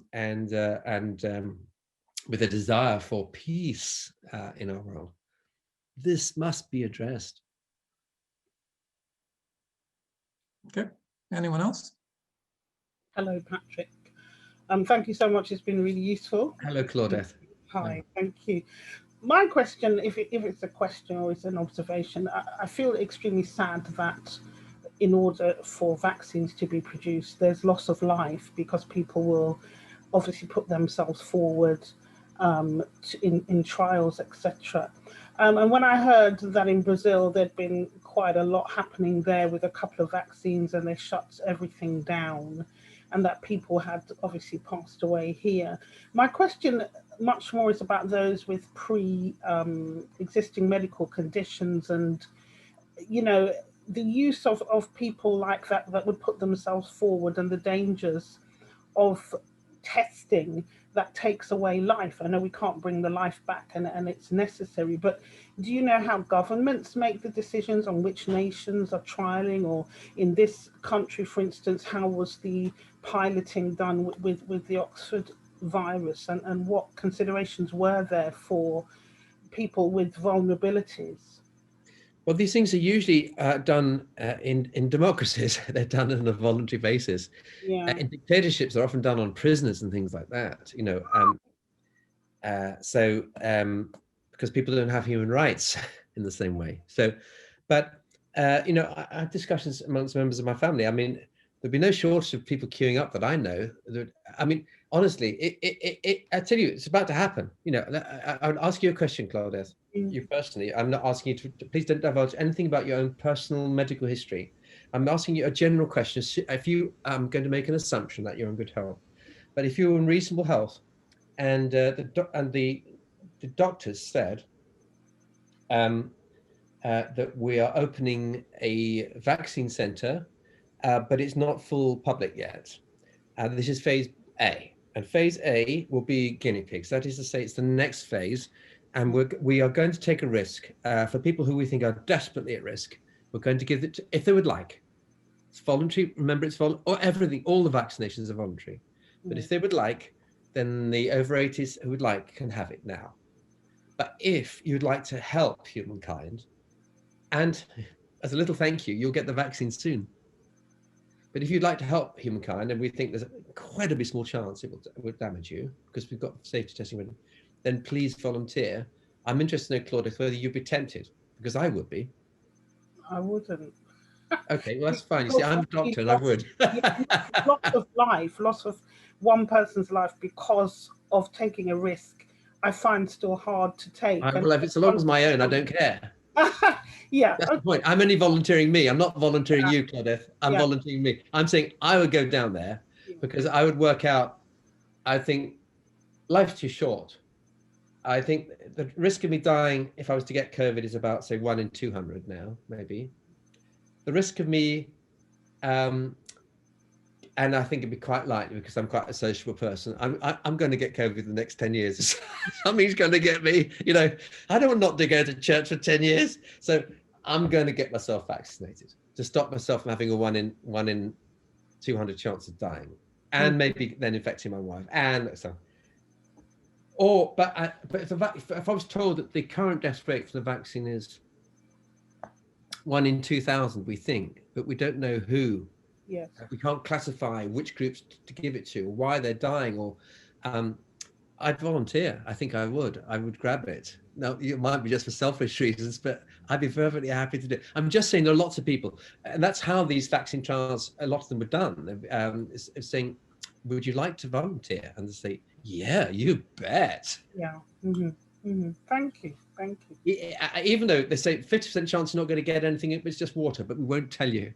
Say, yeah, I'm up for it. Just bring it on. Give me the water if you want. Give me a. So, Claudia, that's for me is the moral dilemma dealt with. I think the issue is informed consent.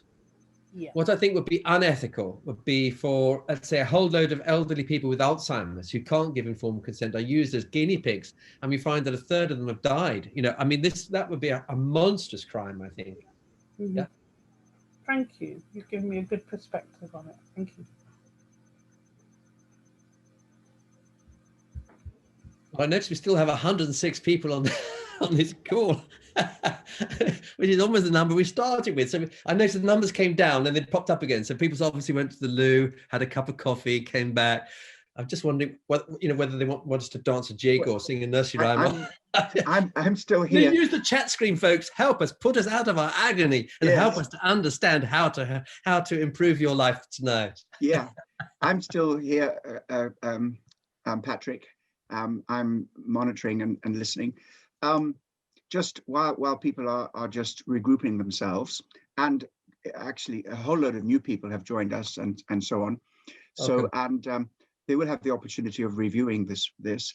But one of the things that I know we have discussed around our table as executive leaders of Elam as a whole, and also in our own local church context, I appreciate the emphasis that you've made tonight on saying, for example, this is a matter of individual choice and so on, and you've laid out the good strong moral case for receiving so much information, and then if people feel comfortable going ahead with it, because we are protecting other people.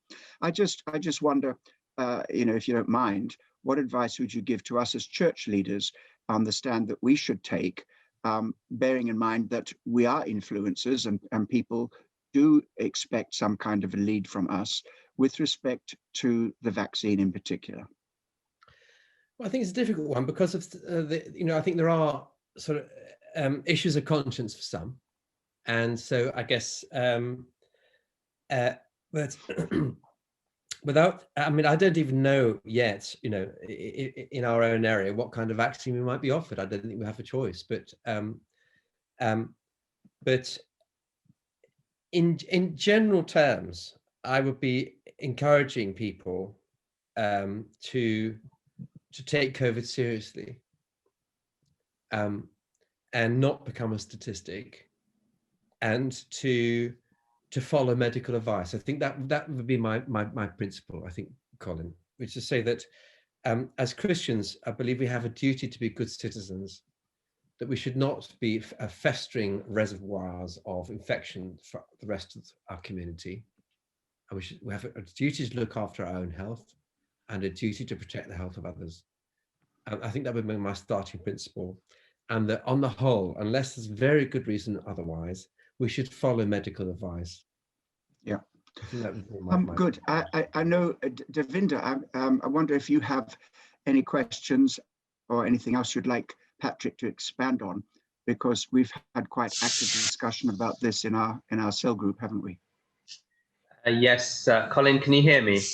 Yes, we can perfectly. Thank you. I mean, it sounds a lot of sweetness and light, with respect to everything that you've said. But who would have thought that we could be locked down for virtually 9 months already? I mean, you say that this is not plausible, that somebody could insist that you have a vaccine or make your life so unconsciously difficult that you wouldn't be able to operate, fulfill your duties, meet the needs of your family without a vaccine. I think it is it's potentially going to be engineered. Not that there may be compulsion in as much as the military will be trained and say that you have to be vaccinated, your name's on the list. But I could see a situation, for example, where a school is so disrupted that they say, actually, we need you to prove that that you're immune from the COVID. And as far as I'm aware, there is no test whereby you can prove that you're immune. But of course, there is a test where they can prove that you're infected. And there's quite a lot of concern about the validity of some of those tests. And I'm not opposed to testing per se if people have symptoms, but I'm slightly cautious about the concept of screening a whole population. Yeah. Well, there's several things there, Devinder. You're absolutely right that all kinds of things that are hard to conceive of today could happen. And what would cause that to take place would be if there was a further piece of very bad news. And I'll give you an example. If it turned out, let us say, a new mutation was happening in a mink farm or something like that, and the new mutant turned out to be twice as deadly as the previous one, turned out to be more like MERS with 30% mortality rates, or it started killing children as well, or if something was to happen that caused us to completely rethink, blank sheet approach to this, then we will do whatever it takes. I've often used the analogy of wartime with this, which I think helps us to understand it. When this first happened, I predicted and was right that governments would respond with the policies of war without the language of it. And central banks said one after the other, look, watch my lips when I say this, we will do whatever it takes. If you have to print $1 billion, we will print $1 billion. We will do whatever it takes to stop our country being basically destroyed. And so you saw gigantic measures being taken by the Chancellor in this country. We only spent 18 billion over 6 months, the first 6 months, looking after people with COVID in the health service. But we spent 170 billion more trying to preserve the economy, paying for up to 25% of all privately owned workers to be on the payroll of the government as furloughed workers. Astonishing. You've never seen such measures outside of wartime. Now, what you're describing, Davinder, is absolutely correct, that if we're now coming out of that, but if there was some really bad news and we return to that, the policy of wartime again, then it will be whatever it takes, you know, suspension of human rights, whatever it takes. Yes, you're correct. I'm just saying, I don't think like that at the moment. I mean, I think that, you know, there's a couple of things you said there. I mean, the central banks, their basic product is debt, and they're happy to create as much debt as possible. And, you know, through bailing out some of these companies, which probably should be allowed to have gone bust, I mean, particularly in the airline industry. I mean, they've been bailed out, and the banks have bought themselves a seat on the boards of those airlines, and now they're insisting. I mean, Qantas is an example. They're insisting that everybody needs a health passport, you know, and they're talking about being tested on almost a sort of a bi-monthly basis. I mean, it's completely disproportionate. I know doctors that had COVID back in February and they've recovered. Within a couple of weeks, they're back at work. I know one person who was hospitalized. I mean, I've spoken to a lot of people, I've given my eyes open, and they were grossly overweight and diabetic. And when I've read the literature, they say the sequelae of having COVID has been found in kidney issues. So there's a lot that's been portrayed in the media about the effects of COVID long term, you know, affecting people's respiratory system. But I mean, for the normal healthy individual, I don't think it's you know, such a monster that people need to be concerned about. But I mean, obviously, I'm very careful myself. But I'm just concerned that there is so much behind this, and you know, the solution to all of these woes and ills in society seems to be a permanent pathway into my body. And as long as I'm prepared to accept that I will have a vaccine on a very regular basis, and not just one vaccine, but a series of vaccines on an ongoing basis, well, then I will be considered to be a considerate citizen and a compliant citizen, and I will live at peace and harmony with my yeah, it will be in a very sad situation if that happens, for the reasons I've described, because the answer to this is not vaccines. It can't be. We cannot have the country, the global economy stop every time there's a mutant virus. And what we actually need is what we should have had 20 years ago, which is a whole set of very effective antivirals, which are as effective as antibacterials against, say, viral meningitis. We will bacterial meningitis. I'm sure we will have them one day, but we are at the moment vulnerable. But yes, you're right. We could see, we will see a spectrum of measures taken by different governments. But at the end of the day, it depends on dictatorships can do things differently. So in China, their whole response to COVID is similar to what it was with SARS. With SARS, they put those who they had found were infected or popped into hospitals. They put machine guns and barbed wire around them, and people weren't allowed out. It was a very totalitarian and very effective response. You can't. It is hard to imagine at the moment those kind of measures taking place in the UK, but it might. But yeah, but Patrick, to be honest, they have been taken. You know, people's businesses are closed. People can't work. People can't employ people, you know, they can't feed their families. You know, a third of taxi drivers are having to hand their keys in. I mean, I think we are there. I mean, you know, with respect, I think it's a really desperate situation for a lot of people. I mean, the transfer of wealth that's taking place, this wealth that you spoke about, it doesn't go to money heaven. It literally changes hands. And what you're talking about in the third world, you know, those are structural inequalities because of the political system. You know, and you know, I have to say some of what you're talking about, it is the language of research. Unfortunately, it's all too easy to burn it up. And that's what's happening in my town here.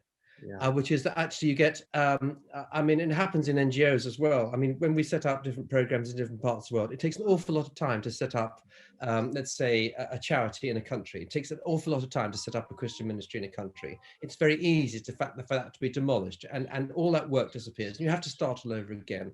And unfortunately, that happens with businesses. You land up with businesses locally that, they have the restaurant that can't pay its staff. It runs into debt. It then lands up selling a property that's worth very little. You might think someone's going to make a killing out of it. Unfortunately, Weymouth, it'll probably land up as an empty property for a very long time. And then, so I've got another question here. It says, from a business perspective, how can we help the economy to get going in the light of a lot of businesses failing, and what business can or should be started? And then, well, that's a very big question. All I'd say is, and it does connect again with what Davinder's saying, that despite what I've said, there are some people who will find themselves in a fortunate place because actually they had, some money from pension, or they had a windfall from something else, or they owned their own house, and they managed to actually, in that kind of situation, they did manage to buy the restaurant off someone who was basically nearly bankrupt, and they managed to get something going again. So yes, it's true. A lot of finance is going to change hands. We're going to see a lot of new businesses emerge in the chaos of all of this. And indeed they already are. But the average truck driver is not going to be able to be retrained as a software engineer. There are people that are going to be excluded from this new economy, and I don't think it's all sweetness and light, to be honest. I think there's a lot of darkness behind it. Well, I think that's and I think the character of it. The nature of it is not, it's we're protect you because we say it's good for you. I think most people would be quite happy and look, where has the messaging been that eat well, rest well, exercise, get some fresh air, build yourself up, be strong. The health messaging has not been particularly positive. It's stay at home, stay away. I mean, if you see how they're training children, almost to be fearful of people. I mean, I see people looking at me, they're like, has he got something? Has he not? I think there is a certain degree of programming going on, and we all feel it. I mean, the manager in Nando's will tell you there's something not right about this. The man on the street will tell you, there's something not right about this.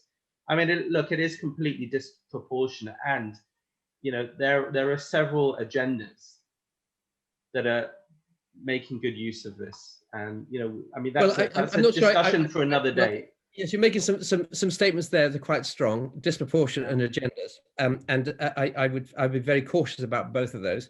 What I'd say is this, and I believe this passionately with all my heart, that I'm so glad that I'm not Prime Minister.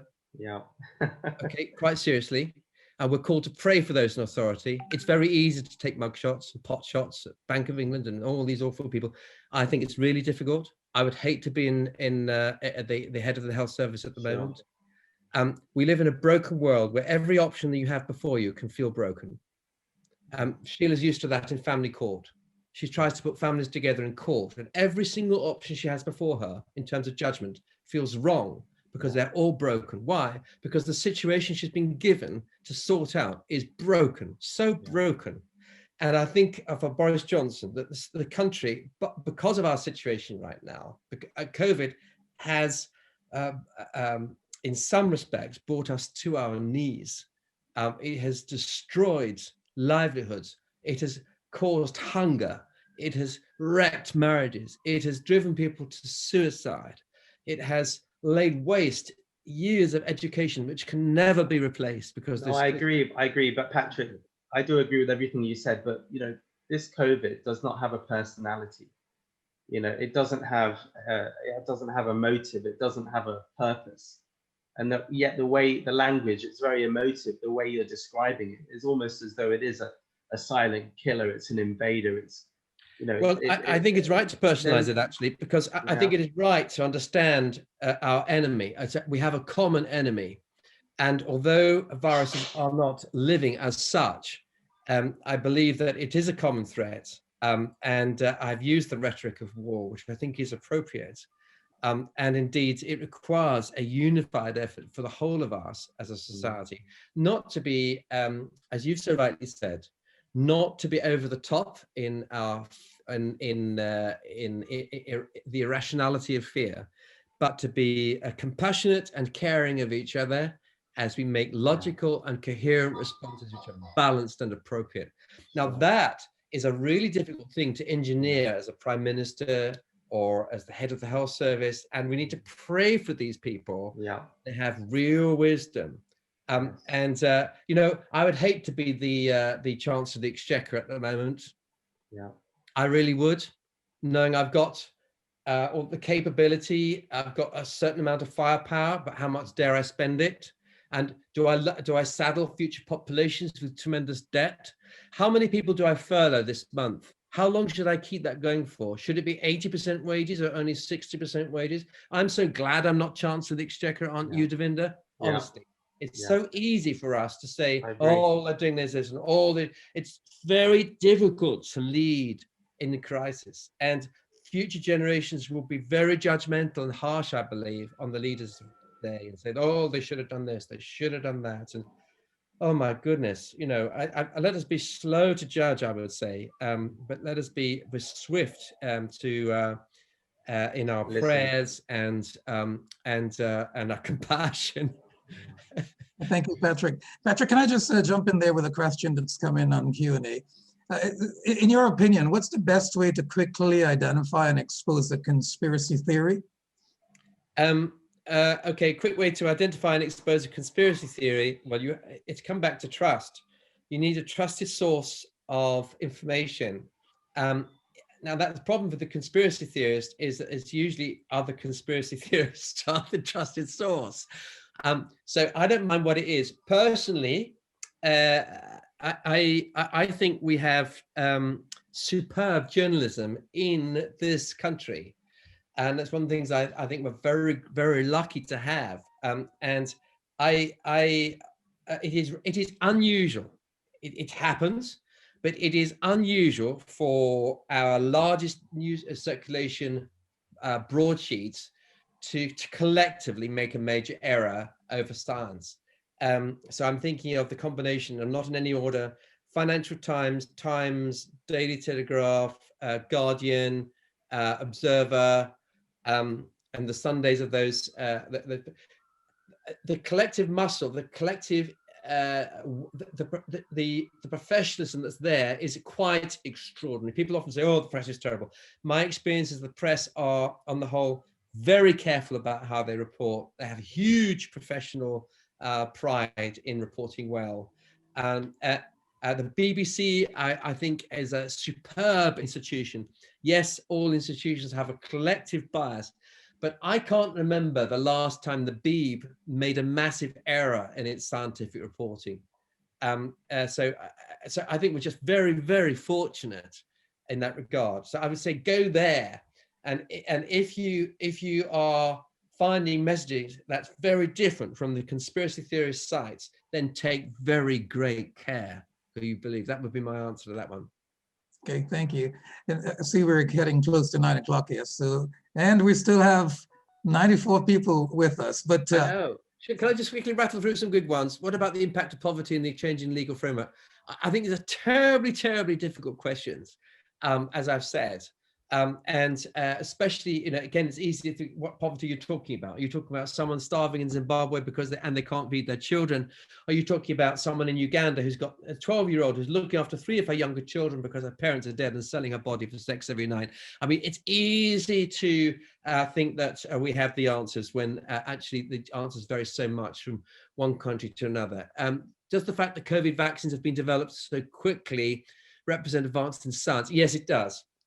Quantum leap. We have seen more innovation in pharma, drug discovery and development in the last 6 months than in the previous decade and a half. It's very exciting, and the results you'll see in drug discovery and innovation for the next 3 decades.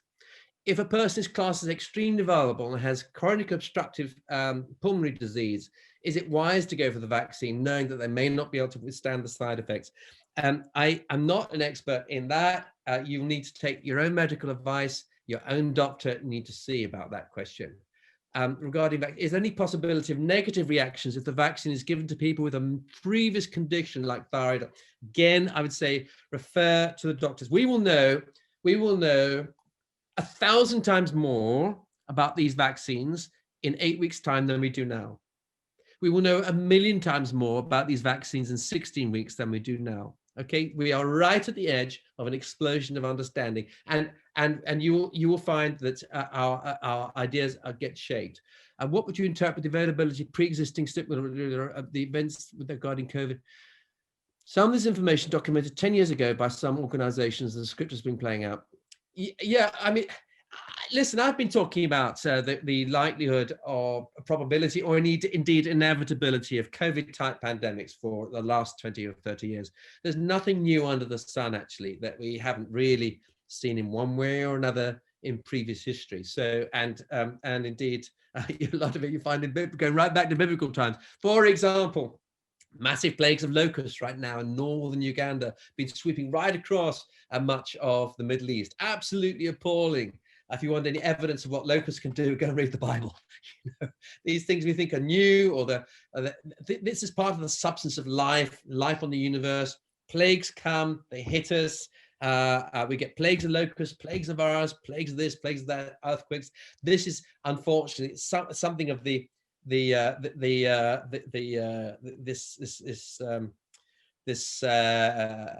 nature of the universe in which we live.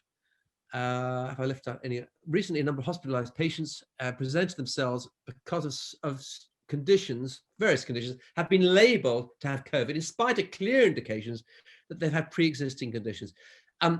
Okay, let me be clear about this. One of my relatives is a consultant in a London teaching hospital. He sees people regularly who are sick or dying of COVID who are testing negative, okay? So just because someone tests negative for the virus particles does not mean they don't have COVID. We'll find it afterwards maybe, but it's difficult to find particles of the virus in the early stages. Okay, so and it's easy, therefore, for labeling to get a bit confused. One of the most certain things we have actually is, in terms of general population, is excess deaths. We look at the number of people we'd expect to die in a normal winter, and it looks like that.